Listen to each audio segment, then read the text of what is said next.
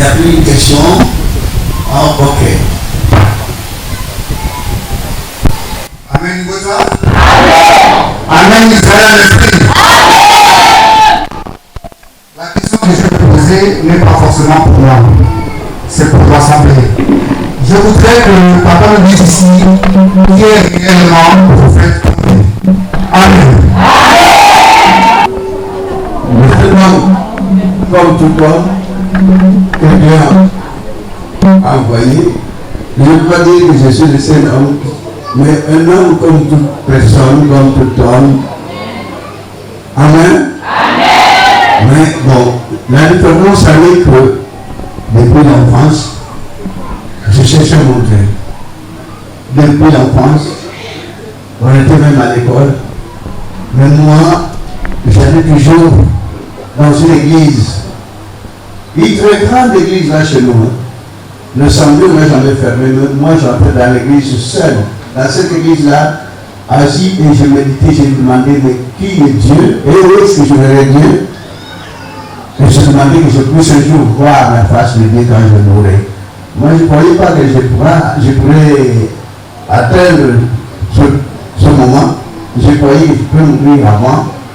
Mais mon seul souhait était que je puisse voir la face de Dieu. Même si je mourrai aujourd'hui, je dois voir la face de celui qu'on a toujours appelé Dieu. Amen. Et que je dois voir aussi le royaume de cieux. Parce que je savais déjà, j'ai commencé à comprendre que dans le monde, il y a de mauvaises églises que le diable a envoyées. Et j'ai commencé à discerner certaines choses depuis l'enfance. Amen. Alors, quand j'ai commencé à discerner les choses, je ne voulais même plus des églises, je ne voulais même plus attendre de mauvaises églises. Je ne voulais même pas que je puisse aller communier dans une église où il n'y a pas de Dieu. Ça a été point depuis l'enfance, ce n'est pas les parents qui m'ont poussé à chercher Dieu. Mais depuis l'enfance, quand on m'emmenait dans une église, la première des choses que je faisais, mon Dieu, je suis ici, on dit que c'est une église, pour venir chercher ta face. Êtes-vous ici ou quoi? Si vous êtes ici, fais-moi voir. Je dois vivre ta voix. Je dois voir, je dois connaître. C'est-il une église ou pas? Étant à genoux, quand je chantais, la première des choses que je faisais, je me mets à genoux et je méditais et je demandais beaucoup de questions. Êtes-vous ici dans cette église ou pas? C'est une bonne église ou une mauvaise? Parce que je ne veux pas aller de ça et là. Et je demandais tout le jour avant de dormir, avant de me réveiller, je me mettais à genoux devant mon lit. Mon Dieu, je suis sur la terre. Mais vous, vous êtes au ciel. Je dois connaître. Qui êtes-vous et où êtes-vous? Fais-moi voir ta face quand je suis sur la terre, qu'on puisse communier avec vous. Que je puisse entendre ta voix et que je puisse aussi m'écouter. Et fais-moi voir où est la bonne et vraie église que vous avez envoyée sur la terre. Là où je suis ici, ce n'est pas une bonne église. Fais-moi voir que je puisse quitter.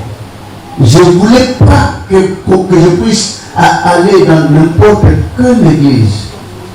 Parce que j'ai compris déjà que d'autres églises, c'est le diable qui les anime.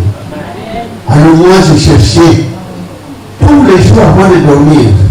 Quand vous êtes encore petit, en plein internat, vous êtes dans l'école, mais vous devez aller à la chapelle à 6 heures. Donc moi, je me mets tout d'abord au genoux devant mon lit. Il faut voir la bonne vraie église sur cette terre. Que je puisse connaître là où je dois aller vous glorifier. Et comme on est à l'internat à ce moment-là, vous savez, ces écoles, les grandes écoles, vous êtes obligé d'aller à la chapelle. Même si j'entre dans la chapelle, nos confrères ont fabriqué des grandes églises, mais je me mettais à genoux, mon Dieu, et je suis dans le bon endroit. Cette église-là vous appartient. Si ça ne vous appartient pas, dis-moi. Mais si c'est la vôtre, laissez-le dans le jour. Alors, deuxième question. Je vois le secret de Dieu vision, ceux qui sont là devant, toutes ces cérémonies que je suis en train de vivre, ça vous appartient ou ça leur appartient? Si ce n'est pas le vote, il faut m'avoir. Ma joie est que quand j'ai demandé à mon Dieu, bon, vous savez que vous priez, vous demandez, et vous ne comprendrez pas que vous aurez tout de suite là une réponse. Mais par contre, moi, quand j'étais venu à demander, alors je me mettais assis, je m'asseyais pour écouter ce qu'on a démontré, c'était votre enseigné, c'est votre faire. Mais subitement, dans toutes mes demandes, j'étais comme dans une vision en extase. Vous savez, vision en extase, je ne sais pas si vous comprenez cela. Vous êtes en train de causer avec des amis, ne pas même pas en train de fermer les oreilles et les yeux. Vous êtes en train de parler, et subitement il y a comme un film que vous vient. Vous êtes en train de vivre, transformé comme ça. Et ça n'a jamais pris beaucoup de temps ce film-là. Vous avez ça, vous voyez un truc, un film, et vous comprenez la situation en question. Et si vous voyez à ce malaise, vous voyez bien. Mon enfant, je ne suis pas ici. Et cette église-là ne me plaît pas. Est-ce que ce moment, comme vous avez demandé, ça ne m'appartient pas? Et subitement, après cet entretien directement, je reviens à moi-même. Je disais à celui qui m'a mené, mon frère, Dieu vient de me parler. Il n'est pas ici. Cette église ne lui appartient pas. Je ne reviendrai plus ici. Oh, il y a d'autres qui disaient, mais j'ai parlé, tout le monde m'écoutait. Ne parlez pas, on va t'entendre. Moi je disais, qu'on m'entende ou pas, tant mieux, Dieu vient de me répondre que ce n'est pas une bonne église. Et je ne viendrai plus ici. Vous savez, dans les églises, quand vous allez la première fois, on dira qu'ils sont les premiers, le nouveau venu ici, ils se mettent devant. Mais moi, à ce moment-là, je disais, de nouveau venu, je ne peux même pas aller devant. C'est une mauvaise église. Et je ne peux même pas me mettre debout. Les gens disent, mais allez, si vous êtes le nouveau venu, je dis, non, mon frère.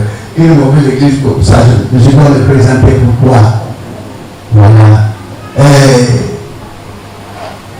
Gloire à Dieu, parce qu'il m'avait donné de l'enfance le don d'un discernement d'esprit. Et parce que j'ai cherché la place de mon Dieu depuis l'enfance. Et dans l'école, quand vous allez à l'école, il y avait deux dons. Quand vous avez votre petit truc pour limiter à midi, moi, quand je donne quelque chose pour chercher de quoi je dois me nourrir à midi, moi je cherchais des évangiles. J'ai complété les 4. Pour moi, quand je suis acheté tous les 4 évangiles, c'était de la joie, c'était une fête pour moi.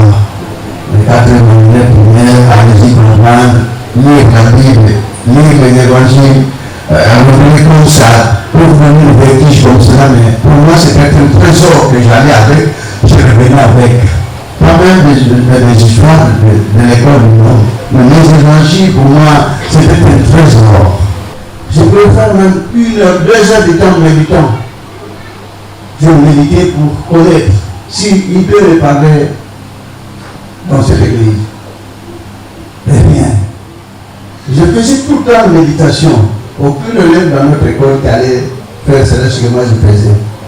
Alors, après avoir terminé à l'université Chapelet, avec qu'il y a des musiciens aussi qui ont toujours été inspirés chez nous là-bas. Il y a un musicien qui viendra chanter une chanson qui a troublé mon esprit. Alors, je me demande d'où vient le noir, parce que tout ce qui Dieu a toujours été représenté en blanc. Tout ce que diable a toujours été représenté en noir. Alors moi, je m'étais déjà... J'étais dans tous mes nerfs. Et j'ai compris. Bon, ça peut prendre ça. Il y a ça. Toutes ces histoires qui ne cadrent pas selon l'enseignement biblique. Et j'ai commencé à dire que ça, c'est pas la meilleure voie. étant là. Mais j'ai déjà compris et notre Dieu m'a inspiré beaucoup de choses. Voilà ce qui fait la différence. Le prophète comme il priait. Donc depuis l'enfance, il cherchait que la face le bien. Je n'ai pas demandé, j'ai pu devenir un certain lieu non plus loin de cette idée. Servir Dieu, non, pour moi, c'est compliqué. Je ne pourrais pas. Mais je ne sais pas, quand il a commencé à apparaître devant ma face, dès l'âge de 12 ans, je savais que la première fois que j'ai constaté que lui tentait de former son serviteur. Dans notre village, il y a quelqu'un qui était perdu dans la brousse par la forêt. Parce que nous avons comme ici une très grande forêt. Il est allé, il tenait son champ et il était perdu dans la forêt. Alors, 2 ou 3 jours, on ne voyait pas. Il y a des agents qui sont venus dans notre village avec un camion. Ils ont pris tous nos pères, ils ont emporté. J'étais dans le camion, comme le sac de manioc qu'on a toujours, j'étais dans le camion. Moi, comme j'aimais beaucoup mon père, je dis, mais pourquoi vous faites cela? En plein soleil, quand on a terminé à emporter tous nos pères, on est allé, j'étais en prison, quelque part, en Rome. Mais moi, c'était une journée ensoleillée. Comme je vais pour mon père, j'ai regardé le sens, la direction dont le camion a emmené nos pères. En plein soleil, c'est pas comme cette chaleur, la chaleur a toujours piqué, a toujours brûlé le sol. Moi j'étais assis, je sentais même plus cette chaleur, et subitement, une lumière a jailli.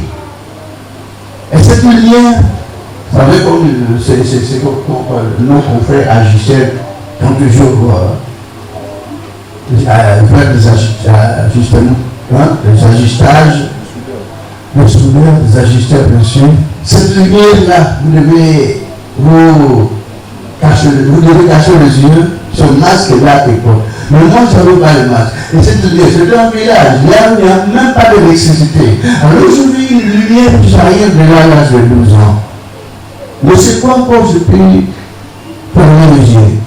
Vous voyez que ça va partir, et ça a été encore là. À cette direction dans la forêt. J'ai fermé encore les yeux. Pour entendre le lac de temps, peut-être que ça va partir. J'ouvre les yeux, c'est encore là. Je dis non, non, cette lumière va me tuer. J'ai pris fuite juste dans l'hangar où étaient mes aînés. J'ai commencé à demander, est-ce que vous avez vu cette lumière? Dans cette direction, et il y en avait même plus. Vous avez vu cette lumière que je viens de voir? Il y a d'autres qui disaient, voilà c'est peut-être toujours comme ça.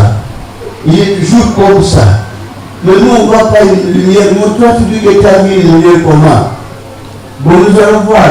Montre-nous cette lumière. Moi, je dis, c'était là, mais c'est parti. Voilà. Ça veut dire que depuis l'enfance, je faisais que poser des questions aux gens. Quand je me trouve quelque part, que veut dire ça? Que veut dire ceci? Mais pourquoi content? Mais pourquoi courir? Mais pourquoi de l'eau qui court? Pourquoi on n'a pas creusé un canal très droit là pour qu'on puisse voir que c'est de l'eau? Mais pourquoi pas? Alors il y a d'autres qui me répondaient. Mais il y a beaucoup de gens qui ne voulaient même pas me répondre. Il y a pas qui finissaient par me taper dessus. On va dire, tentez pour mater les gens. Alors il y a des aînés quand j'étais là qui me fouillaient à la aussi. Alors comme je vis ainsi, je m'étais dit en moi-même, comme c'est là, je ne veux plus demander, soit poser des questions aux gens, je vais commencer à poser des questions à mon Dieu. Et heureusement pour moi, mon Dieu était si gentil, il me répondait, pas comme les hommes, mais comme son fils. Amen. Et j'avais des réponses à tout le temps. Voilà ce que la différence. Sinon, on ne peut pas dire que comme c'est Jésus, non. Jésus, c'est Jésus. Comme c'est comme. On ne peut pas dire que comme c'est Dieu, non. Un homme, tu manges. Tu portes le pantalon comme ça. Tu manges le pot dans le choix. Tu manges même le foufou. Alors, comment on peut dire l'Antichrist, un jour il mourra. Donc, la différence, c'est que j'ai cherché mon Dieu qui puisse m'éclairer, qui puisse m'orienter selon la vérité et non le mensonge. Voilà la différence un peu. Mais je ne suis pas un homme extraordinaire, non, parce que je mourrai un jour. Je peux aussi être pas tomber malade. Mais quelqu'un qu'on peut appeler Dieu qui peut tomber malade. Voilà. Voilà la différence. Nous ne sommes pas différents. Vous et votre frère, nous sommes ensemble. Vous qui suivez la parole de Dieu, vous qui êtes dans cette église de bas, on est pareil. Il n'y a pas une différence. Moi, j'avais constaté la différence entre sainteté de Dieu et fidèle. J'ai jamais constaté la différence entre Conde et les saintetés de Dieu. Comment je le vois? Mais je me trouve moi-même. Amen. Alors Dieu m'a enseigné d'avoir l'amour. On dit que l'amour devait tout le monde. De considérer tout. Amen, frères et sœurs. Je serai jamais un homme extraordinaire. Non. Un homme comme vous et moi, produisons des efforts pour avoir l'amour, la patience, la bonté, la tempérance, la réalité. Voilà. Pour que son jour vivre le royaume de Dieu. Parce que quand on a l'amour, on verra Dieu. Voilà ma seule préoccupation depuis mon naissance. Rien que vivre la face de Dieu et hériter le royaume de Dieu. Et soyons sûrs que tous qui sont ici, si vous persévérez dans la prière, si vous persévérez dans la parole de Dieu, on verra le royaume de Dieu. Sans vous mentir, nous avons la valeur intrinsèque de Dieu qui nous a donné. Mon Dieu par l'éternel, ayez la foi, notre Dieu, vous bénira davantage. Que quand quelqu'un est dans le bas, il n'aura plus de souffrance. Non, le rapport, l'abondamment, n'ayez pas peur. N'ayez peur de rien. Toute souffrance pourra dissiper un jour. Amen, frères et sœurs. C'est dans la souffrance que Dieu peut connaître le vrai croyant. Vous qui êtes dans la parole de Dieu, soyez humbles et la foi. Ayez l'amour. On obtiendra le salut. Et ce salut qu'on a toujours attendu, le salut de la vie éternelle. Voilà ce qui est important. Et je crois que vous avez saisi quelque chose. Amen. Vous avez tous compris. Amen. La différence, c'est que j'ai cherché rien que Dieu. Non, mais parler d'autres histoires, je ne m'en occupais même pas. Ça ne tenait pas compte. Mais quand on parle de Dieu, mais vous devez m'annoncer dans la vérité. Si vous venez avec beaucoup de mensonges, je dis non, arrête mon frère. Voilà. Il faut voir aussi, demander à notre Dieu que puisse vous abonner afin de savoir les dons de discernement des esprits. Si vous avez la parole d'aujourd'hui, et que demain il y a quelqu'un qui vient auprès de miracles là dehors et vous allez le suivre, vous quittez l'Innova. Mais l'Innova nous vient. Sans l'Innova, on verra même à Dieu. Parce que cette liturgie que nous avons, ça provient de Dieu.